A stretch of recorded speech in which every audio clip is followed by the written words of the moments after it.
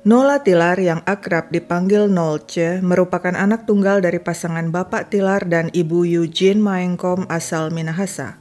Nola lahir 27 September 1959 di Minahasa. Ketika dirinya berusia 7 tahun, ayahnya meninggal akibat serangan jantung. Sejak kecil, bakat menyanyi Nola sudah tampak. Di awal tahun 70-an, Nola ikut ajang pop singer anak-anak di Taman Ria Jakarta dan berhasil keluar sebagai salah satu pemenang. Pada tahun 1972, Nola bersama penyanyi cilik lainnya yakni Eva Nurdin dan Sylvia Kusumaningrum merilis album Piringan Hitam produksi Canary Records. Album itu antara lain memuat lagu Bintang Kecil, Gundul-Gundul Pacul, Bintang Kejora, dan Aku Anak Gembala.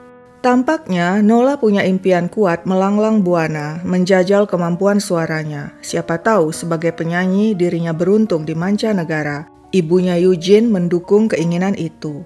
Awalnya tidak jauh-jauh, Nola tampil di negara-negara ASEAN. Pada 1975, Nola bahkan mendapat kesempatan membuat album Sayang Sayang di Malaysia. Sayang Sayang merupakan lagu saduran versi bahasa Melayu dari lagu Hani Hani yang dinyanyikan grup musik terkenal asal Swedia ABBA. Pada 1978 di Indonesia, Nola sempat merilis album Piringan Hitam Mari Ber-I Love You. Setelah itu, dia merantau jauh ke Eropa. Di sana Nola jadi penyanyi bar dan nightclub. Pada 1979 ketika dirinya sedang tampil di sebuah nightclub di Wiener, Austria, seorang pria Jerman bernama Jürgen Kunzel terpesona mendengar suaranya dan mengajak bekerja sama. Jürgen ternyata piawai mencipta lagu. Dengan Jürgen sebagai pemodal dan manajer, pada 1980 Nola menandatangani kontrak dengan Bellafon, perusahaan rekaman Jerman Barat. Album Piringan Hitam pertama Nola di Eropa pun dirilis, berisi 2 lagu disco ciptaan Jürgen, yakni Music Is My Satisfaction dan Remember. Konon lagu Music Is My Satisfaction masuk chart tangga lagu internasional pada 1980, sehingga nama Nola Tilar cukup dikenal di Eropa, khususnya Jerman Barat.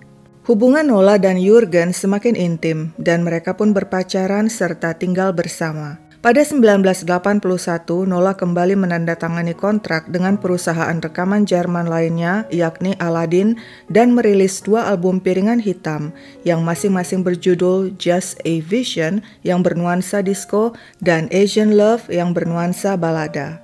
Tampaknya karir menyanyi Nola berjalan lancar meski hubungan cintanya dengan Jürgen meredup. Setelah kurang lebih 2 tahun berpacaran, mereka putus dan Nola kembali ke tanah air. Di tanah air, Nola tentu dikagumi. Dia dianggap punya banyak pengalaman menyanyi di mancanegara, bahkan pernah menghasilkan 3 album. Tawaran rekaman pun berdatangan. Namun yang menggebrak dan bikin namanya populer adalah album dansa reggae yang dirilis pada 1983. Salah satu lagu dalam album itu yakni Dansa Reggae karya Melky Guslow jadi hits dengan liriknya yang catchy, menarik, dan simple. Lagu itu sebenarnya lebih berirama pop disco. Nola bisa membawakannya sangat baik dengan dukungan Mas Knight Vocal Group. Di tahun itu juga, 1983, pencipta lagu Chaken M minta Nola berduet dengan Eis Darliah di ajang ASEAN Pop Song Festival ketiga yang diselenggarakan di Balai Sidang Senayan, Jakarta. Festival tersebut diikuti penyanyi-penyanyi dari negara-negara anggota ASEAN. Keduanya tampil berduet membawakan lagu Borobudur karya Chaken M. Dalam ajang tersebut, juara pertama disabet Ivy Violan, peserta dari Filipina, sedangkan Nola Tilar dan Eis Darliah memenangkan kategori penyanyi berpenampilan terbaik. Sementara itu, Nola kembali menjalin kasih, lagi-lagi dengan pria Jerman. Pada 1984 saat manggung di Gedung Olahraga Semarang bersama Eis Darliah, wartawan Tempo memergokinya dengan seorang pria bule. Namanya Klaus Dieter Friedrich. Bukan pacar lagi, ini calon suami, kata Nola. Kabarnya kemudian Nola menikah dengan Klaus dan memiliki seorang anak perempuan bernama Melody. Namun pernikahan itu kandas di tengah jalan dan Melody ikut sang ayah tinggal di Jerman. Selama karir menyanyinya, menurut situs online Discogs.com, Nola tercatat menghasilkan 11 album, 4 single, dan 1 kompilasi. Namun tidak selamanya kehidupan Nola gemerlap seperti di atas panggung. Dirinya pernah mengalami masa-masa pahit kehilangan rumah ketika sang mantan pacar Jürgen Kunzel yang berkeluarga negaraan Jerman menggugat Eugene Mainkom, ibu Nola, ke pengadilan. Otomatis Nola pun ikut terseret dan turut merasakan dampaknya. Persidangan kasus sengketa tersebut berlangsung berlarut-larut hingga 6 tahun. Apa yang sebenarnya terjadi? Di persidangan, Jürgen menyampaikan awal mula perkenalannya dengan Nola dan bagaimana kemudian sengketa pecah di antara mereka. Begini ceritanya. Saya kenal pertama kali dengan Nola Tillard tahun 1979 di sebuah nightclub di kota Wina, Austria, di mana dia bekerja sebagai penyanyi. Pada waktu itu, saya ikut menonton dan sangat terkesan dengan suaranya. Saya lalu menghubungi Nola dan mengatakan ingin membantunya mencarikan kontrak menyanyi untuk perusahaan piringan hitam di Jerman Barat. Namun syaratnya, Nola tidak boleh bekerja lagi di tempat-tempat hiburan kelas murahan seperti nightclub, melainkan harus serius bekerja untuk perusahaan piringan hitam. Demikian kurang lebih awal pengakuan Jürgen di persidangan. Pada bulan Maret 1980, Nola atas jaminan Jürgen sebagai manajer menandatangani kontrak di sebuah perusahaan rekaman piringan hitam. Kontrak itu berlaku selama 2 tahun hingga 1982. Gaji Nola per bulan sebesar 5.000 Deutsche Mark. Dengan perjanjian setelah kontrak habis, kedua belah pihak bisa memperpanjang kontrak 1 tahun lagi. Demikian kata Jürgen. Produksi album pertama dengan lagu unggulan Music Is My Satisfaction meraih sukses. Menurut Jürgen, setelah Nola putus dengan pacarnya Gerd dan berhenti berjudi di kasino, dirinya dan Nola pun akhirnya berpacaran dan tinggal bersama. Kemudian pada bulan September 1980, saya bersama Nola berkunjung ke Jakarta dan menginap di Hotel Kartika Plaza. Di sana saya dikenalkan Nola pada Sutrisno, seorang pengusaha properti. Jürgen mengatakan dirinya tertarik melakukan kerjasama dengan Sutrisno di sektor properti, membangun rumah dengan biaya ringan. Rencananya modal kerjasama akan ditanggung bersama oleh Sutrisno dengan perusahaannya PT Pondok Gede Housing dan Jürgen dengan perusahaannya di Luxembourg yang bernama Profunda Holding. Sementara itu, menurut Jürgen, Nola dan ibunya Eugene Tillard Mainkom menganjurkan padanya agar jangan menaruh uang modal usaha di bank sebab akan rugi. Lebih baik uang modal dibelikan rumah saja di Jakarta. Jürgen setuju. Rekan bisnisnya Sutrisno juga menyokong ide tersebut. Rencananya 2 rumah yang dibeli, yakni satu berlokasi di Cempaka Putih, Jakarta Pusat, sedangkan satunya lagi di Cilandak, Jakarta Selatan, akan dijadikan kantor dan mes perusahaan. Uang muka untuk kedua rumah pun dibayar sebesar 25 juta rupiah. Karena Jürgen orang asing yang tidak boleh memiliki properti di Indonesia, maka kedua rumah dibeli dengan menggunakan nama Eugene Mainkom, ibu Nola yang menetap di Indonesia. Eugene berjanji jika nantinya rumah akan digunakan Jürgen dan perusahaannya Profunda Holding, maka dengan senang hati Eugene akan menyerahkan rumah itu. Eugene ibu Nola kemudian mengurus ke notaris akte nomor 135 tertanggal 21 September 1981 yang isinya antara lain menyatakan bahwa pemilik dari kedua rumah yang dibeli atas nama Eugene Tillard Mainkom sebenarnya adalah milik Profunda Holding dan Jürgen Kunzel. Setelah akte nomor 135 itu selesai, Eugene mengirimkannya kepada Jürgen di Jerman. Jürgen kemudian mengirimkan uang pelunasan sebesar 185 juta. Jadi total uang yang dikeluarkan untuk membeli kedua rumah tersebut plus uang muka adalah sebesar 210 juta. Namun setelah rumah lunas, tanpa sepengetahuan Jürgen, Eugene membatalkan akte 135 dan membuat akte baru nomor 11 tertanggal 12 Februari 1982 yang membatalkan akte 135 dan menyatakan Eugene lah yang membeli kedua rumah tersebut.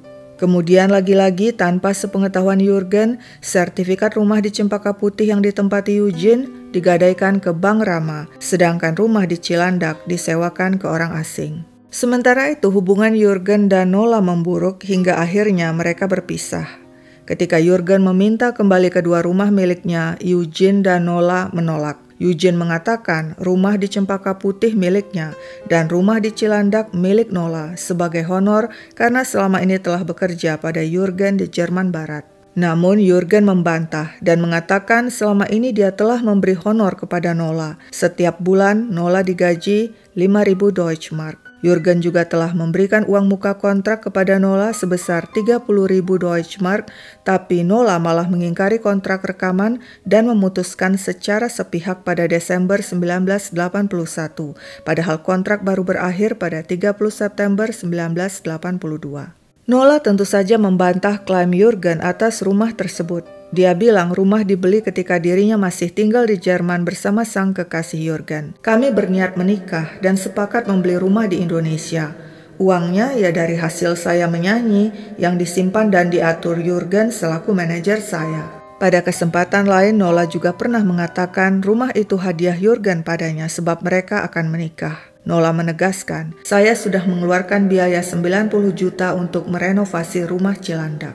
Jurgen yang marah dan merasa ditipu berkata di persidangan, saya berpendapat Nola dan ibunya adalah manusia yang tidak boleh diberi hati, seolah-olah dia dapat berbuat seenaknya saja, dan saya atas perbuatannya ini sangat merasa dirugikan dalam segala segi, baik moral maupun material, sedangkan saya sudah berusaha membantu dia di segala segi demi kemajuan dan masa depan dia. Saya telah ditipu dan dirugikan moral maupun material, dan untuk itu saya tidak dapat menerimanya dan menuntut sesuai dengan hukum yang berlaku. Jurgen pun membawa kasus tersebut ke meja hijau dan memperkarakan ibu Nola, Eugene Mainkom, secara perdata dan pidana.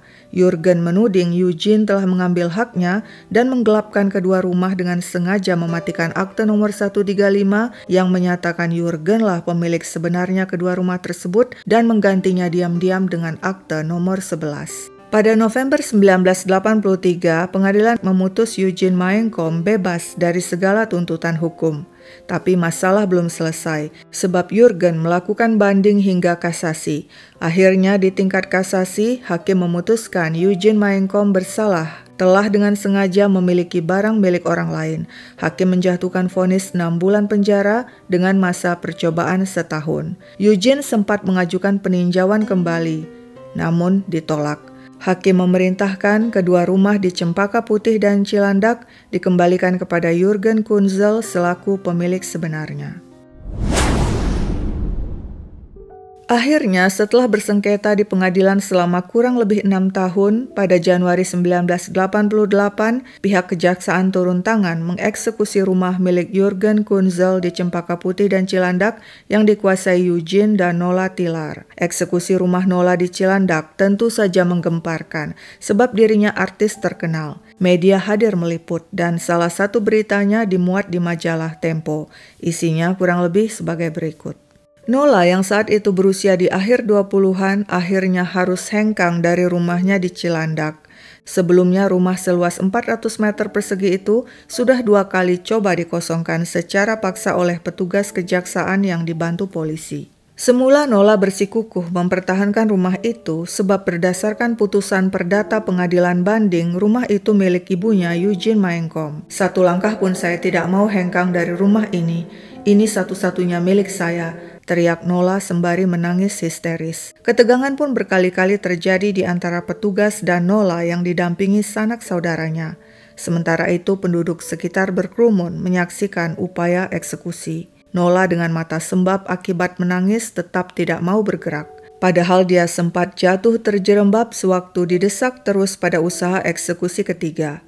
Hampir 3 jam pihak kejaksaan belum berhasil membujuk pihak Nola. Salah seorang keluarga Nola mencoba kompromi dengan Jurgen. Tapi Jurgen yang menyaksikan eksekusi tegas menjawab, tidak ada jalan lain lagi, habis sudah. Problem ini sudah lebih 6 tahun, saya amat kesal. Akhirnya Nola menyerah. Dengan mengendarai sedan Citroen kuning miliknya bersama barang-barangnya, Nola meninggalkan rumah Cilandak tanpa menandatangani berita acara serah terima. Jurgen lega dan berkata, rumah itu sekarang kembali ke saya, rencananya akan saya jual. Sengketa bertahun-tahun itu pun berakhir sudah. 2 tahun kemudian pada 11 Juni 1990, berita duka beredar. Di usia 31 tahun, Nola Tilar meninggal dunia saat melahirkan bayi laki-laki seberat 4,5 kg dengan operasi sesar di Rumah Sakit YPK Jakarta. Berat badan bayi saat lahir yang melebihi 4 kg disebut makrosomia, yang antara lain bisa disebabkan karena sang ibu mengidap diabetes atau diabetes gestasional yang bisa menyebabkan komplikasi kehamilan dan membahayakan nyawa ibu dan bayi. Sang bayi diberi nama Noldi, gabungan nama sang ibu Nola dan nama sang ayah Gunadi Sukemi. Sang bayi sempat bertahan sebelum akhirnya menyusul sang ibu yang dimakamkan di TPU Tanah Kusir. Beberapa waktu kemudian, ibu Nola, Eugene Maengkom, juga meninggal dunia. Sementara itu, sepeninggal Nola, Gunadi Sukemi menikah dengan Mediana Hutomo, presenter televisi. Dan demikianlah, meski Nola Tilar telah pergi selamanya, dirinya tetap diingat penggemarnya lewat lagunya Dansa Reggae, Rest in Peace. Sekian dulu ceritaku, sampai jumpa kapan-kapan.